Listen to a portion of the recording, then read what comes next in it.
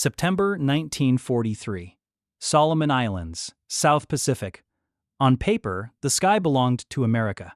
The Vought F4U Corsair was supposed to be untouchable, faster than the Japanese Zero, heavier, armed with 6.50 caliber Browning machine guns, capable of tearing an enemy aircraft apart in seconds. But wars are not won on paper. Gun cameras don't lie. And what they were capturing over Bougainville was beginning to unsettle commanders. Pilots were coming back with the same story. I had him dead in my sights. Perfect angle. No way he should have survived. Yet the Zeros kept flying home. Worse, some Corsairs didn't.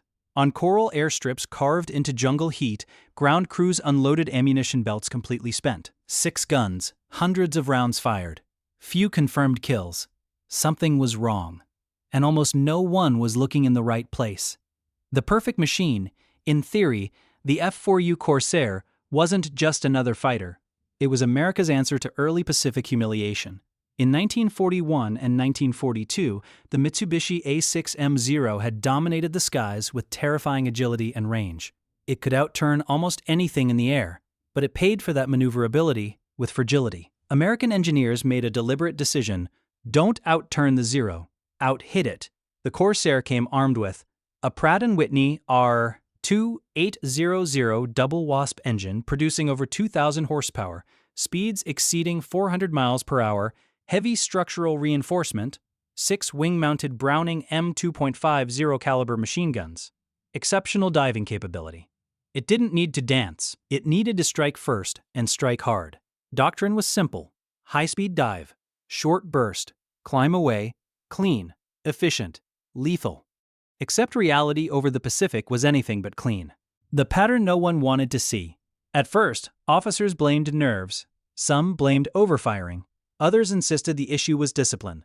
Fire only at optimal range, control your bursts, conserve ammunition. But what exactly was optimal range? Here's the part that mattered. The Corsair's 6 guns were mounted in the wings, 3 on each side. That meant they weren't firing straight down the aircraft's centerline. Each gun had to be angled slightly inward so that their bullet streams would intersect at a predetermined distance in front of the plane. That point was called convergence, and it had been set at the factory, a relatively long distance, calculated under ideal conditions. Stable test firing, predictable target movement. But Pacific dogfights were not laboratory exercises. They were violent spirals over jungle canopy and open ocean, rapid closures, split-second firing windows, enemies flashing through gun sights for less than a heartbeat. Most real kills happened far closer than engineers had assumed, and that's where the geometry began to betray them. What the gun cameras revealed? When the footage was slowed down frame by frame, the truth became uncomfortable. Pilots weren't wildly missing. They were surrounding the target. Tracer rounds formed luminous arcs around enemy aircraft, almost like a glowing ring. Because if a pilot fired before the convergence point, the bullet streams had not yet met. If he fired after it, they had already crossed and were spreading apart again. The most lethal zone existed at a very specific distance, and combat rarely stayed there long enough. The problem wasn't courage, it wasn't skill, it was geometry. But questioning factory calibration felt like questioning authority itself. And in wartime, authority isn't easily challenged. The Pacific was not a whiteboard. Back in the United States, engineers ran clean calculations. In the Pacific, pilots fought. Humidity that warped equipment, blinding ocean glare, unstable air currents, violent evasive maneuvers, highly trained enemy pilots. Many dogfights collapsed into knife-fighting distances, 200 to 400 feet, 5 seconds, sometimes less. At that range, a pilot had to choose fire early and risk wasting ammunition, or wait and risk losing the shot entirely. And once the guns ran dry, the Corsair's weight became a liability. Speed alone doesn't save you if you have nothing left to fire. The silent observers. Across multiple Marine and Navy squadrons in 1943, mechanics began noticing something subtle. Belts came back empty, barrels overheated, spent casings piled up. But confirmed kills did not match the expenditure. Pilots weren't timid. They were frustrated. It feels like the rounds are spreading. That comment appeared more than once. It wasn't panic talking. It was pattern recognition. In some units, quiet experiments began. Small adjustments to gun alignment, test firing at measured distances, rechecking impact clusters. When convergence was pulled closer, 300 to 400 feet, something changed. Short bursts became devastating. Enemy aircraft weren't encircled. They were hit dead center. The risk of adjustment. Adjusting convergence wasn't just a matter of turning screws. Wing-mounted guns produce recoil. Changing their inward angle increases structural stress on mounts and surrounding wing panels. There were legitimate engineering concerns: increased strain on gun mounts, potential cracking of wing skins, altered vibration patterns, structural fatigue under sustained fire. But American maintenance culture in the Pacific was pragmatic. Improvisation wasn't rebellion, it was survival. Reinforcement plates could be added. Mount housings could be braced. Alignment could be recalibrated carefully. Nothing radical, just field-level mechanical adaptation. And it worked. The shift in combat results reports began to shift. Pilots who adjusted convergence closer reported fewer rounds expended per kill, shorter firing windows, increased confidence in close attack. Confidence matters in air combat. When a pilot believes a 1-second burst will destroy the target in front of him, hesitation disappears. And hesitation is often the difference between life and death. No miracle occurred, no secret weapon appeared, but efficiency improved. And in war, small percentage gains compound quickly. Even the enemy noticed. Japanese combat reports from late 1943 onward increasingly describe the Corsair as extremely dangerous in high-speed passes and close-range attacks. The Zero could still turn tighter. But if the American pilot committed and fired within lethal range, the Zero's light structure became its greatest weakness. One concentrated burst could shear a wing, rupture fuel tanks, shatter a cockpit. Doctrine evolves. Over time, gun convergence settings became more flexible. Different squadrons adopted different preferences. Some favored 250 feet, others 300, others 400. But very few retained the longer factory distance once real combat data accumulated. Manuals were updated, not dramatically, quietly, because adaptation in wartime often happens before paperwork catches up. The real secret upgrade. There was no hidden device, no revolutionary hardware installed in the Corsair. The upgrade was an angle, a shift of only a few degrees. A recalibration measured in feet, but those few degrees concentrated 6 streams of .50 caliber fire into a tight, lethal core exactly where real dogfights occurred. And that changed outcomes. Because aerial combat is decided in fractions of seconds. If, in that second, your bullets meet at the right point, you go home. If they don't. The men who flew the F4U Corsair into combat were not reckless. They were disciplined, calculated, trained to squeeze every advantage out of altitude, energy, and firepower. But there was one number most of them trusted blindly. 400 feet. That was the standard gun convergence setting. The distance at which the 6.50 caliber machine guns mounted in the Corsair's wings were angled to meet. At exactly 400 feet, streams of armor-piercing and incendiary rounds would intersect in a concentrated burst of destruction. On paper, it sounded lethal. In the skies over the Pacific, it was something else entirely. Because Japanese pilots didn't fight at 400 feet, they fought inside 200, the illusion of firepower. The F4U Corsair was by design a weapon of overwhelming force. 6 Browning AN/M 2.50 caliber machine guns, up to 2,350 feet per second muzzle velocity. Hundreds of rounds per gun. When properly aligned, it could turn an enemy aircraft into scrap metal in less than 2 seconds. But here was the hidden problem. At 400 feet, the bullets converged. Before that distance, the streams were still spreading inward. After that distance, they were spreading outward again. If a pilot opened fire at 250 feet, a common reality in dogfights, the bullets from the left wing were still left. The bullets from the right wing were still right. Instead of one concentrated storm of steel, the target flew through a gap. Pilots described it later as shooting around the enemy, and against lightly built hypermaneuverable aircraft like the Mitsubishi A6M0. That gap could mean survival. The Pacific was not Europe. Gun convergence doctrine in the U.S. military had been shaped by European combat expectations. Longer firing distances, higher altitude engagements, heavier enemy bombers and fighters. The Pacific theater was different. The sky was often lower, filled with humidity, glare, tropical haze. Dogfights devolved quickly into low-altitude turning battles over islands, ships, or jungle canopy. Japanese pilots were trained aggressively in close-range engagement. They trusted their aircraft's turning radius. They pressed inward. They forced proximity. Corsair pilots, especially early in deployment, were often trained to fire within doctrinal parameters. But doctrine did not account for instinct. And instinct said, fire when you see the rivets. Bougainville, where theory met reality. By late 1943, U.S. Marine Corps squadrons were operating F4U Corsairs from rough island airstrips like those on Bougainville. Conditions were brutal. Coral runways chewed through tires. Salt air corroded components. Maintenance crews worked under tarps in tropical rain.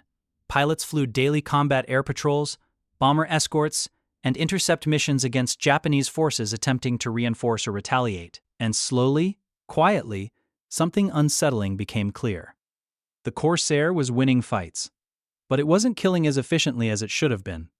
Combat reports began noting similar patterns: high ammunition expenditure, extended firing bursts, targets escaping damaged but airborne, pilots needing to close dangerously near to secure a kill.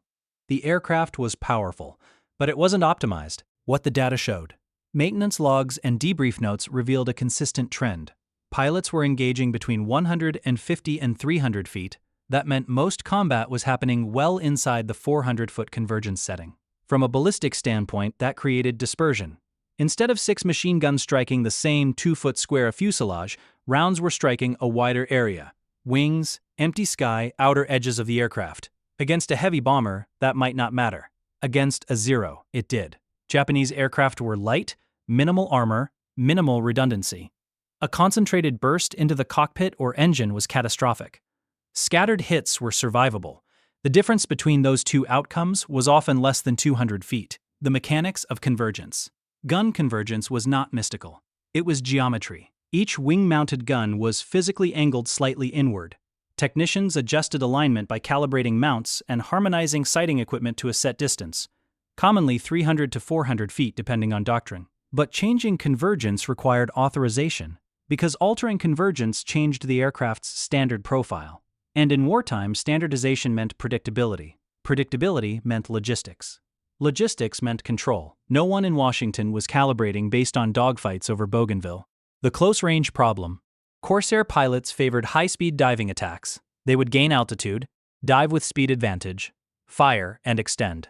But Japanese pilots adapted. They broke sharply. They forced vertical scissors. They dragged Americans into turning fights. And when the fight slowed into close-range chaos, the convergence gap became deadly. Imagine firing 6 hoses of water. At long range, they cross into one focused stream. But if you stand too close, the streams haven't crossed yet. That was what Corsair pilots were experiencing. Only instead of water, it was .50 caliber ammunition. And instead of inconvenience, it was survival. The psychological effect. Pilots began compensating instinctively. They held fire longer. They closed distance further. They risked overshooting. They exposed themselves to return fire, all to ensure rounds struck where they needed to. That hesitation, even half a second, in a dogfight could shift advantage. The Zero excelled in snap turns and close maneuvering. Every additional second within 200 feet increased risk. The Corsair had speed, power, dive superiority. But its firepower peak was set for a range the enemy rarely allowed. A pattern emerges. Squadron after squadron experienced similar lessons. Marine fighter squadrons flying from island strips found that kills were secured most reliably when pilots closed aggressively inside 300 feet. Those who fired early often wasted ammunition.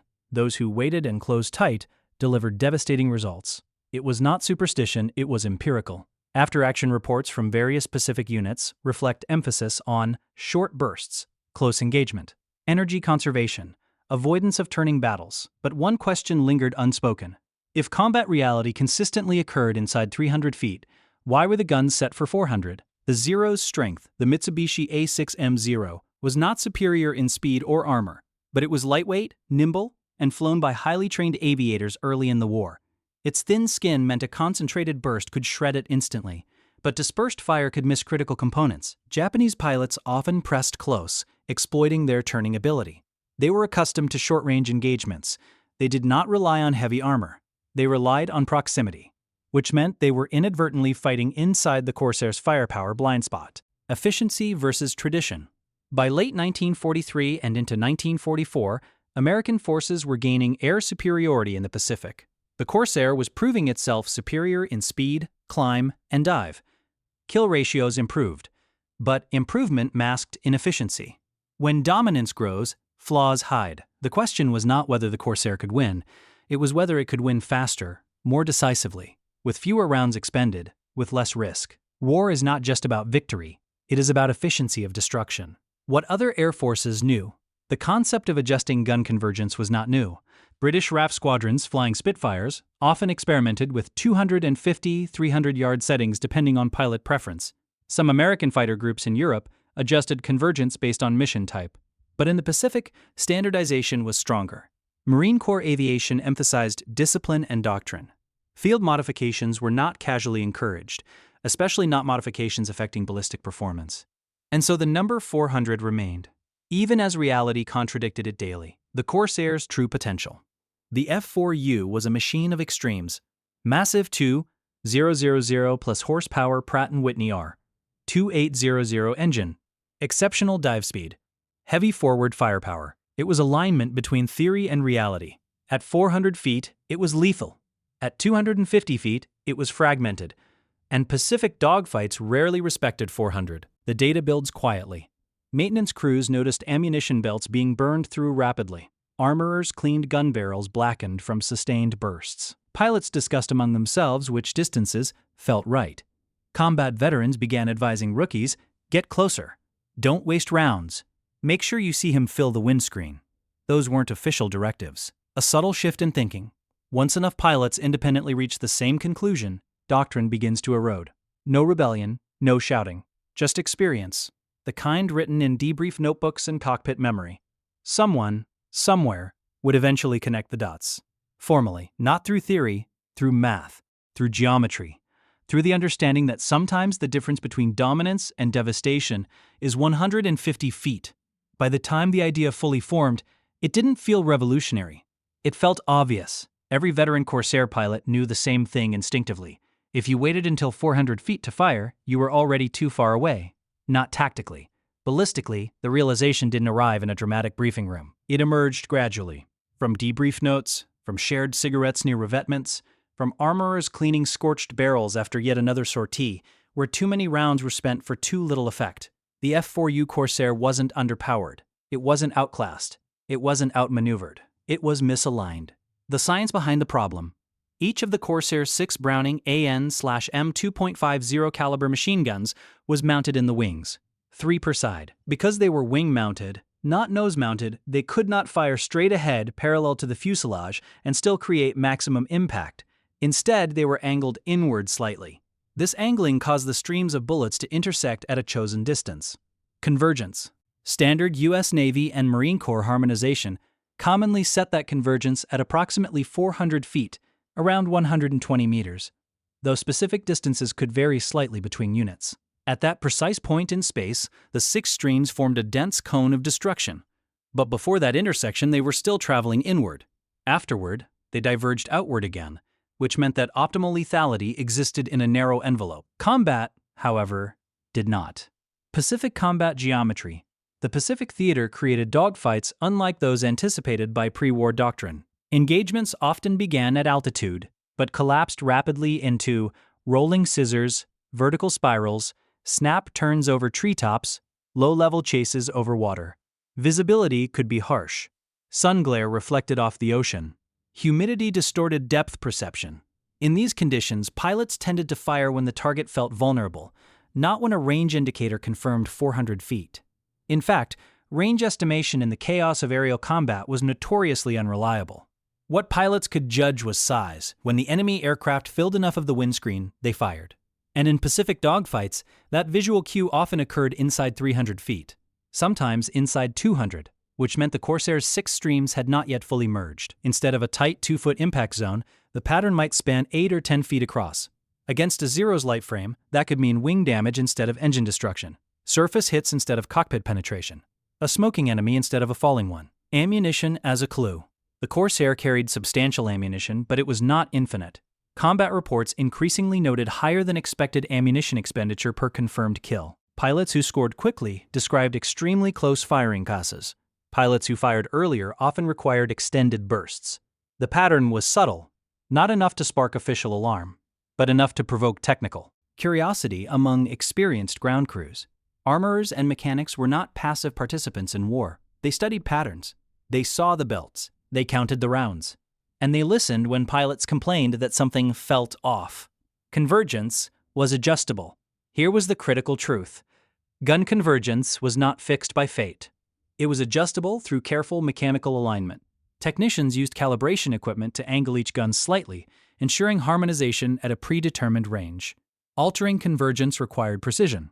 Too aggressive a setting could reduce effectiveness at longer range, create extreme dispersion beyond the chosen point, complicate standardized training assumptions, but within reasonable limits, adjustment was entirely possible. In fact, fighter units in other theaters had experimented with different settings based on mission profile. The question was not whether it could be done, the question was whether it should. The tactical trade-off, reducing convergence distance, say from 400 feet to 250 feet, would create a tighter lethal cone at close range. But it would also mean less concentration at longer range, a smaller effective window overall, greater reliance on aggressive closing tactics. In Europe, where bomber interception and longer firing passes were more common, a longer convergence made sense. In the Pacific, where maneuver combat dominated, closer settings offered theoretical advantages. The math supported it, the experience supported it, but doctrine still favored standardization. Informal adaptation. Without formal directives, adaptation often begins at the squadron level. Veteran pilots began advising rookies, don't start shooting too early, close until he fills the sight. Short bursts, inside 300. Though not officially framed as a convergence issue, these behavioral adjustments compensated for the geometry mismatch. In effect, pilots were manually forcing themselves to fire at or near the actual intersection point. But that meant risking overshoot, return fire, loss of energy advantage. The Corsair's strengths were speed and power. It was built to strike hard and extend. The convergence setting forced it to linger. And lingering against a zero was dangerous. The numbers don't lie. By 1944, American air superiority in the Pacific was growing rapidly. The Corsair had established itself as one of the most formidable carrier-based fighters of the war. Kill ratios improved dramatically as Japanese pilot training quality declined. But performance excellence did not eliminate inefficiency. If one burst could destroy an aircraft at 250 feet, instead of two bursts at 400, the tactical advantage multiplied. Fewer rounds expended meant more engagement opportunities per sortie. Shorter exposure to enemy fire, faster neutralization of threats, efficiency in war compounds. A minor adjustment repeated across hundreds of aircraft could shift outcomes in measurable ways.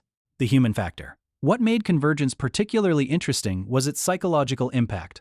A pilot confident in his firepower attacks decisively. A pilot uncertain about impact hesitates.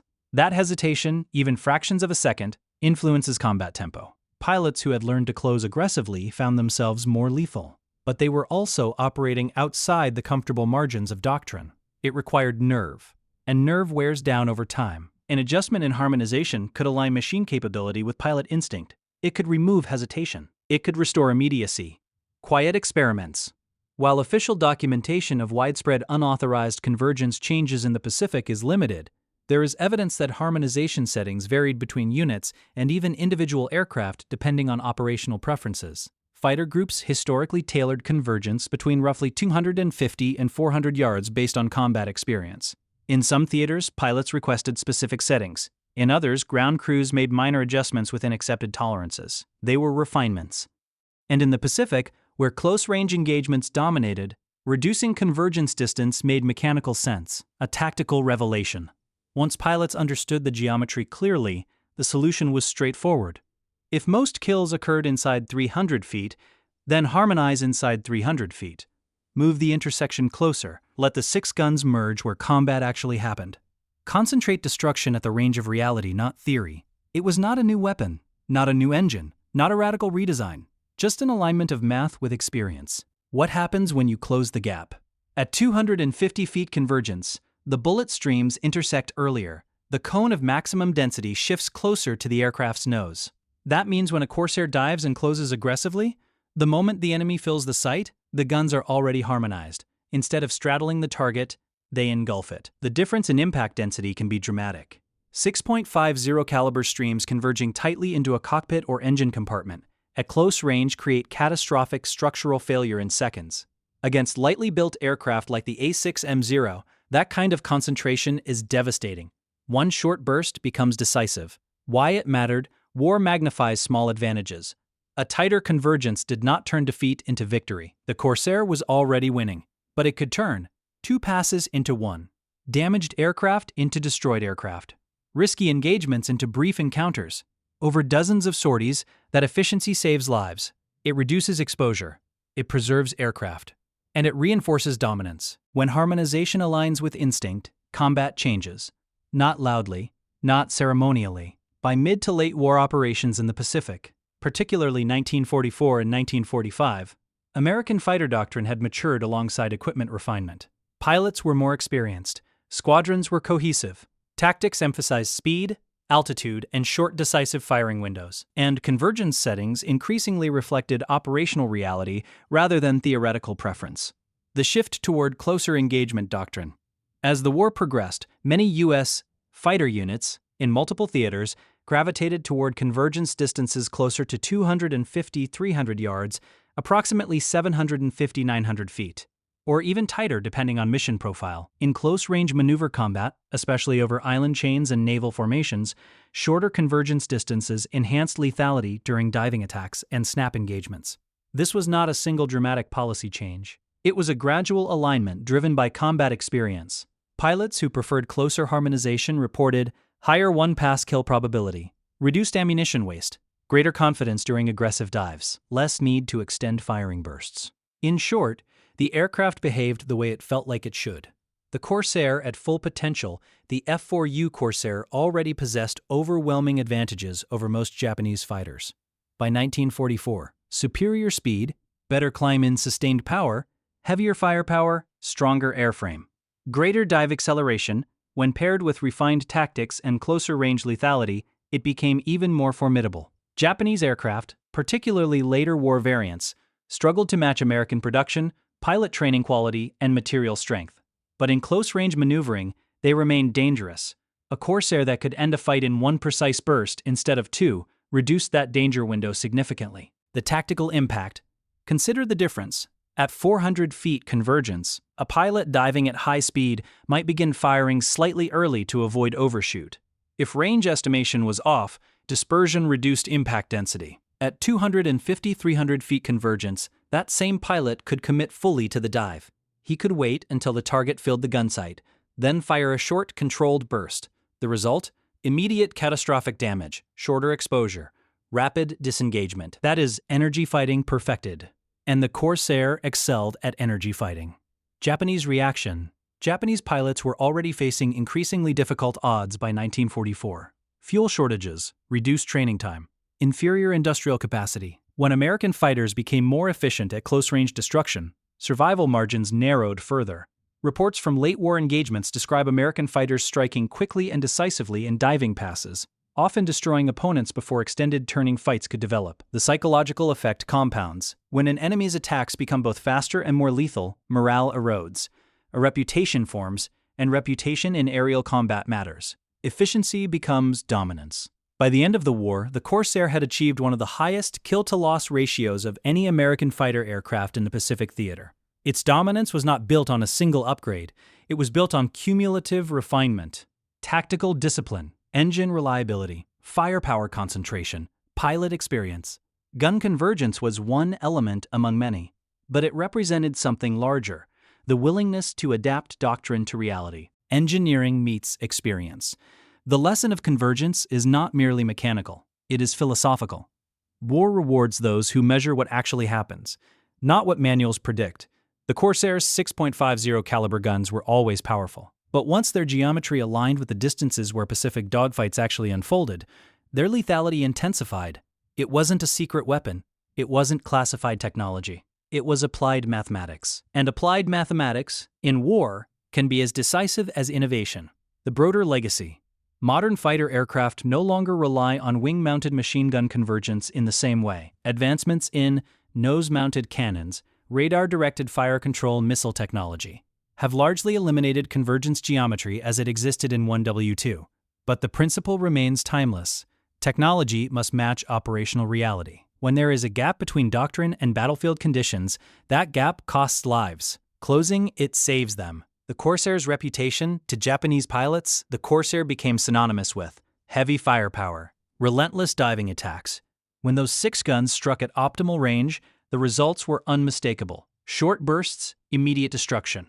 No second chance. That reputation was earned not only through horsepower, but through refinement. The final lesson.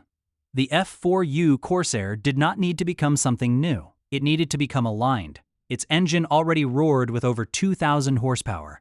Its wings already carried 6 heavy machine guns. Its airframe already endured brutal dive speeds. All it required was that its firepower converge where combat actually occurred. A shift measured not in miles per hour, but in feet. And sometimes in war, 150 feet is the distance between struggle and supremacy.